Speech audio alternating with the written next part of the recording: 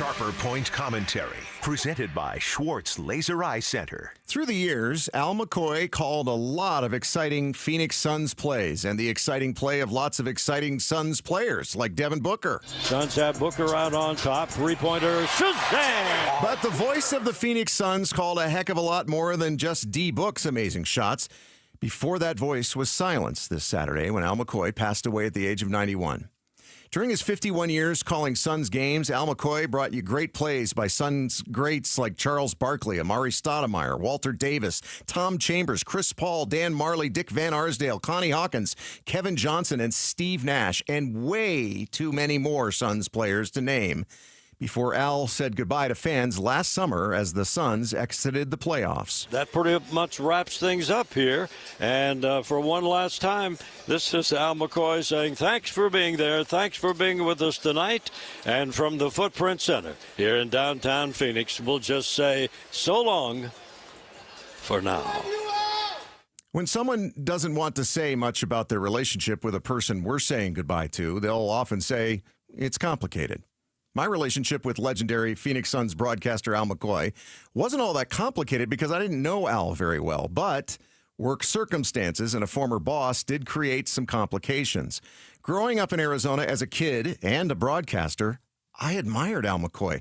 I did play-by-play on the radio for my high school's basketball team, so Al McCoy was someone I really looked up to, even though he wasn't tall enough to play basketball beyond his school years. But my career didn't go down the sports path. Instead, I did a lap of America, hosting shows on big stations and big markets, and I made a trip around the world as a war correspondent. However, for my money, I didn't really make it until I started hosting Arizona's Morning News on KTAR and realized Al freaking McCoy was doing sports on the show I was hosting. Then a former boss, working for a former ownership group of KTAR, decided a change needed to be made, and Al McCoy was replaced as the sports anchor of Arizona's Morning News. A couple of years later, I walked up to Al at the funeral of a mutual friend, and while he wasn't rude, it seemed like he wasn't sure who I was, which I chalked up to his advancing age. Another broadcaster assured me, though, that the connections in Al's head were fully firing, like they were for many, many more years, and I realized Al was showing me he was hurt because he thought I had something to do with that change. When Al McCoy came to KTAR's 100th year anniversary celebration in 2022, I finally told him what I just told you. Being on the air with Al McCoy was like breathing rarefied air, and I felt like I became somebody in the business when the huge somebody known as Al McCoy was on air with me.